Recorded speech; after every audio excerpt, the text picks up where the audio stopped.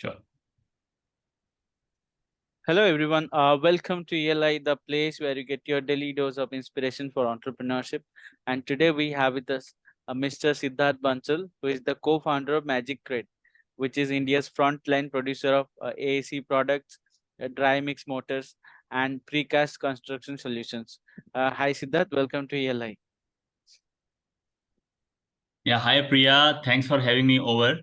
I am Sidharth Bansal, co-founder of Magicrete. So, Sidharth, tell us a bit about. I am not from construction industry, so I don't understand what are the AAC products, dry mix, precast. So, tell us about what are these things to our audience, and tell us a bit about yourself as well. Where do you come from? Where did you study, and how did you land up in the venture that you are building right now? Sure, sure. As I mentioned, I am a co-founder of Magicrete. We are into building materials industry, and we are India's largest AAC blocks and AAC panels company with a cumulative capacity of around 115 lakh cubic meters. Uh, AAC blocks, when we started the company in 2009, we were probably doing a top line of say 8-10 crores. And in last year, we are now doing a daily turnover of more than 1 crore rupees. So we have really scaled up this business. I did my BTech from IIT Delhi and then did my PGDM from IIM Lucknow. After that, I worked in consulting with McKinsey and Company and then a private equity fund called Lighthouse. Mm-hmm. So when we started right in 2009, we realized that uh, after cement and steel, bricks are the most used walling material, and we realized that in Indian construction it was primarily done by probably 1 lakh brick kilns, which produce 60-70,000 crores of clay bricks, and we thought why is this industry so fragmented, so unorganized, and also so polluting? So can we do something about it? And then we came across a wonderful product. It was called AAC blocks, invented in Europe in 1920s, 1930s. And at that time in India, there were only a couple of factories. And Europe and China, nearly half the walling was done using this product. So we thought, why not really scale up this product? So that is how we entered into the AAC blocks and AAC panels industry. And that's the flagship product as of now. And over time we added new emerging products because we became as we continued to increase our capacities and we became the largest in the country, we realized our brand is gaining prominence. So we tried to add new construction technologies which help to make homes better, faster, and cheaper. So for that drive, we entered into construction chemicals, tile adhesives, waterproofing chemicals, and 3D precast. So those were the additions which we kept on adding as we went ahead in our journey. Got it. So to start with, one thing I'm curious. So you worked at all the good companies before starting entrepreneurship. Why did you quit in the first place and start with this entrepreneurial journey, which is sometimes very uncertain and you don't know if your venture will succeed or fail? And also, I wish to understand why construction, because building startups, most of the startups go into internet space or fintech. There are multiple areas, but very few startups are into construction. So what were the hypotheses and what were the initial thought process that was running in your head? Right. So I think one thing on the manufacturing side, right? So when we graduated, so the company was actually started by my brother in 2009, and I was on the sidelines for the first few years. I was there, I was knowing what is happening, but I was still on the side, and I joined him full time in 2012. So manufacturing at that time obviously was not that kind of, typically young entrepreneurs used to stay away from it, but we had some manufacturing background from our family, and my dad had a business in manufacturing. So that was one reason. And secondly, I realized one thing, right? When we say India is a $3 trillion economy and it has to grow to a $10 trillion economy, we say India will grow 3 times. It cannot happen just by services, right? Manufacturing has to grow 3 times, and we are kind of privileged from the best institutions in the country. If we don't create companies of manufacturing, if we don't create something of scale in manufacturing, we as a country, we cannot just be growing from 3 times by only doing services. We require a huge manufacturing base. So people like us who have access to knowledge, who can get access to capital, I think people like us really need to scale up manufacturing. So that is also a driving force. Particularly in our industry, we realized there are a lot of inefficiencies. So if I talk about AEC blocks in particular, where we entered, so if you look at the top things, right, material, energy, labor, all these things were highly inefficient. So if I compare energy, uh, the traditional clay bricks consume 4 times more energy compared to AAC blocks. If I talk about labor, there also we are 4 times more efficient. 1/4 labor is required. In terms of material, we use 1/3 the material. And also clay bricks, they use the topsoil, and they destroy around 60,000 acres of land, of agriculture land every year, whereas we use fly ash as the raw material. So labor, energy, raw material, there is huge efficiency, 3 to 4 times efficiency in each of them. Uh, as we realize, as we grow from say 2009 and we move forward, uh, all the energy price, labor price, material prices are going to rise. And at some point, there will be a huge inflection point where people will shift to from bricks to our industry. And we actually saw that thing happening. In the last 5 years, energy prices have kind of doubled. Uh, Labor prices have kind of doubled. Land prices have more than tripled. So because of cumulative impact of all this has been, the brick prices have grown from say 3 rupees per brick to now 8 rupees, 9 rupees a brick.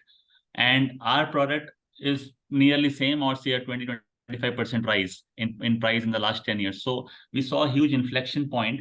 People who were using inefficient products like bricks, they started moving to a more efficient product. So we could see that efficiency playing a role in scaling up. So this was a huge driver entering into an industry which is scalable, a 60,000 crore, a large scalable industry, and where there were labor and energy and material inefficiencies. So those two things we could see at that time, and we actually saw the results happening and how it evolved over time. So, and one thing is we realized we don't want to enter into an industry which is say only a total potential of 200 crores, right? Even if you're the largest in that industry, there's a limit to where we can reach. We wanted to be in an industry which is huge, where we, even after spending 13, 14 years now, we still feel there is a lot of room to grow.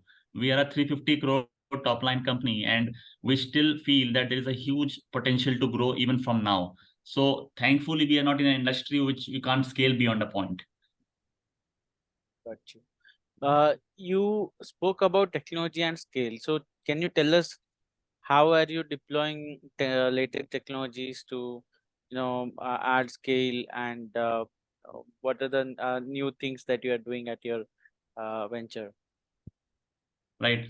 I think on technology, one is on the product side innovation, and other on the process side. So on the product side, if I talk, uh, we're doing something called 3D Precast, where we got a project. So Ministry of Urban Housing under PM Modi, they launched a competition where more than 100 companies participated, and we were shortlisted in the top 6. And we actually are just about to complete 1,008 homes in Ranchi using a technology called 3D Precast. So the whole house, the whole whatever 1,008 homes were broken down into elements. And so when we are making 7 towers of 8 stories each, we broke them down into 10,000 elements. Those elements, which are walls, which are pods, they are built just adjacent to the site. They are built like a Lego, and then they are placed using cranes. And the whole thing was made in 12 months, 15 months. And so that this was the largest 3D precast construction happening in India. So that is on the product side. Apart from AEC blocks and AEC panels, we have been able to introduce such innovative products in the country. Coming on the process side, we realize that as we scale up, we need to do a lot of innovations around the process. So if I talk about on the customer side, we have created an app called BuildMart, where we have got 10,000 contractors on our platform, and they can directly access our products. They can place order, they can see, they can redeem coupons, and probably we distributed coupons worth 1 crore to our direct contractors who are using our products. So using technology, we could scale on the customer side. On the Salesforce side, we have got an app called, we made an in-house app called Sarthak, where all the 100 plus sales team members who are going in the market, they can access our, they can directly place order into the ERP, they can see the customer ledgers. So it just makes their life very easy. And they're always connected to our ERP on the back end. So this has been another innovation. In fact, we are quite happy. Microsoft actually featured our company as a company who are using their products really well. So their ERP called Business Central, then their tools like Power BI and Office 365. So we have been able to utilize all of them really well, and Microsoft was quite happy with the way we are using their products to scale up our business. The other element is on the manufacturing side. We have been able to use IoT, right? IoT has been the buzzword of manufacturing. So all the data in our factories, we have been able to have an interface, SCADA PLC interface, and all the data gets fed into a backend where we are able to see the live performance of all our 4 factories on our dashboard, and also entering and doing things like predictive maintenance now, where we can actually see if a machine is getting going to fail in the next 30 days or next 15 days, we are going to change it beforehand. So there is a lot of scope of innovation in IoT in manufacturing side. So these 4 or 5 things, the customer app, the Salesforce app, IoT in plants, those 4 or 5 things have been really beneficial for us to scale up our business, because we moved from one factory to now 4 factories and adding few more. It's not possible to scale a business without use of technology. What are the different challenges that you faced along the way while building and growing this venture? And I think the biggest challenge, I would say, uh, when there was between 2016 and 2019, when there were things like demonetization, GST, they are all coming into play, real estate had the worst 2 or 3 years. And obviously there were a lot of industry tailwinds, and there were a lot of but at that time, I think what we realized that those times you should really double down on your business. And we at that time invested a lot in our plants, in terms of cost efficiencies, in terms of quality, in terms of service. We realized that this is the time to really focus on the basics. And at that time, nearly 25% of our competitor factories got shut down because of tough market, and we just doubled down on the business. And when the things started improving, the last 2 years have been the best years for our journey. So the kind of margins we were able to make, the kind of performance we were able to deliver, it was the best the last 2 years. So when the things get tough, I think that's the time when entrepreneurs should really start focusing on the basics and double down on the business. Most of the people at that time kind of exit the business, but it is the right time to really invest and double down. So I think on hindsight, we quite happy that we were smart at that time. But at that time, you are like really on the floor that we need to get our factory right, and you actually think whether you will be able to survive this downturn or not. But once you come out of it, you realize those were the best learnings. So we still go back to those times, and the learnings from those times are helpful even now. Any pivot that you have done to your venture, as in any changes to your business model that you have done? So in terms of our flagship product, which is AAC blocks, we still that continues to be a strong pillar of our growth. And but I would not say pivot, but we've been able to add new product lines in our business, because we realized that as we are entering into our customer base is taking many more products, and we becoming a brand, there's an opportunity to add more verticals. So from one vertical company, now we are a 4 verticals company. We have been able to add construction chemicals, tile adhesives, waterproofing, and 3D precast. So we've been able to add more verticals. So not pivot per se, but just adding adjacent products in our portfolio. So another question I have is around the AC blocks. So as you rightly mentioned, the AC blocks, it was already there in European market, but in Indian market it was not there. How did you crack the Indian market with a new product? Because there's a tendency that people follow the trend. Nobody wants to try new products, especially when it comes to the fundamental things like bricks, cements. Nobody wants to change the existing trends. So how did you crack the market? I think we focused on two things. One is availability, and other is awareness. So I think these are the two important features. We realized that we need to make our product available, and for that we added a lot of distributors. So we'll have close to 1,000 plus distributors in our channel, and those are our partners who have been able to really go to a tier 2, tier 3, tier 4 town and making the product available. Because if there is not, if right, so if I look at a FMCG company like ITC, they are present in millions of outlets and everywhere. They are present every nook and corner. So one of the big reasons, one of the main way to sell is to make yourself available. And our competing products like the bricks, they were available at each rural village. So we also realized that we need to be more available. So adding more distributors and also using our app, reaching out to contractors who can get our direct loyalty. So that is on the availability side. And second is on the awareness side, where we need to educate the benefits of the product. All right. So this product has, apart from being green, there's huge advantages. So our first pitch to our customer was, your walling can be free. So this product is, as I mentioned, it is 1/3 the weight. So if you design the building using AAC blocks, the whole building is 1/3 the weight. The dead load of the building reduces, say from 100 tons to 30 tons. So the cement and steel in the foundation, that can be reduced. The savings in those foundation is more than the cost of walling. So our first pitch was, your walling can be free. So we participated in exhibitions, and that was the punchline, your walling can be free. So that attracted customers, that how can walling be free? So, and that was the first campaign, and then we have been able to build many more campaigns around our cost advantage, thermal insulation advantages, and things like no seepage. So in North India, if you look at walls, there's a lot of this seepage, the efflorescence problem as well. Seepage, efflorescence. So all these problems with the traditional products, we have been able to highlight in various campaigns. We have got probably 10,000 plus followers on Facebook, on LinkedIn. We've been able to send messages across to our customers. So we are trying to create awareness of the product. So availability plus awareness. I think these are the two areas where we have been focusing in the last 10, 15 years.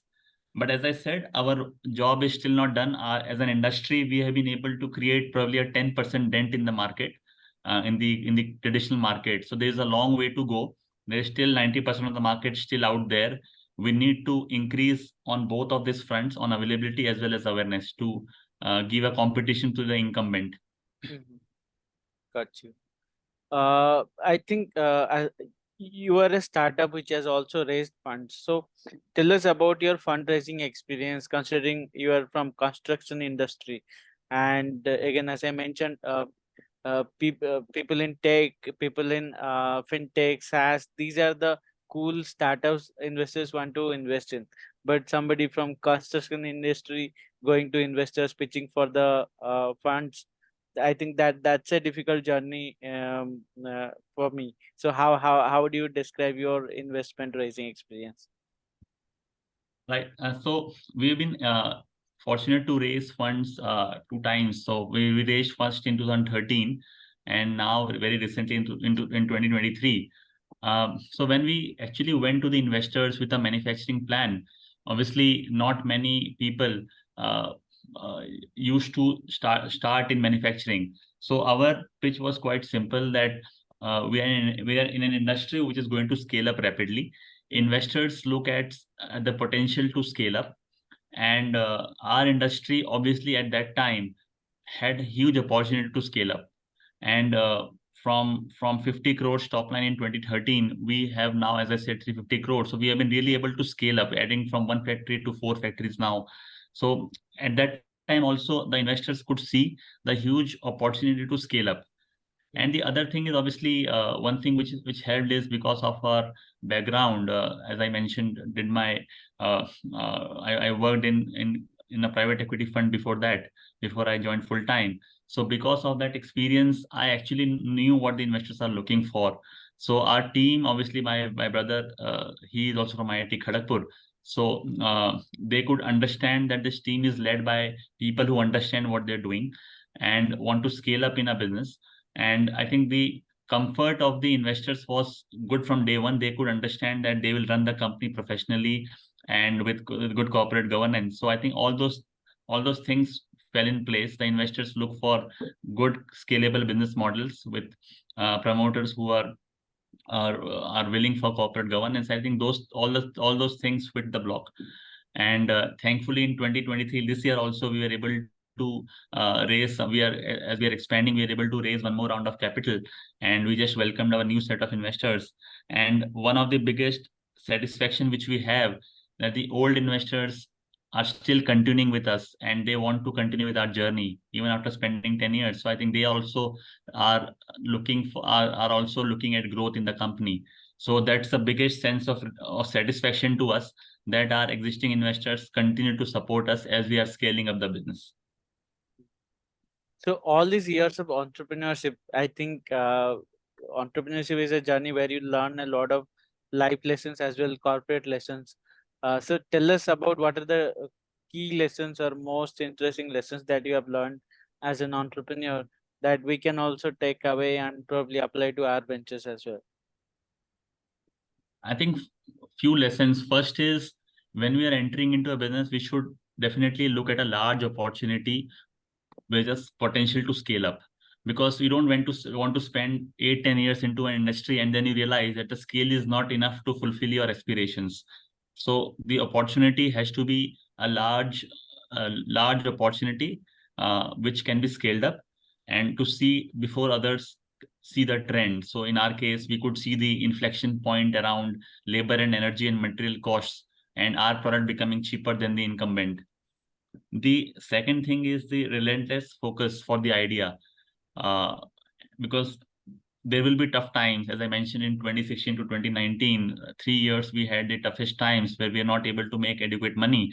Those time, there's a relentless focus, because at that time, obviously, you also see around, you see other people are doing startups in uh, in technology. So are we doing the right thing?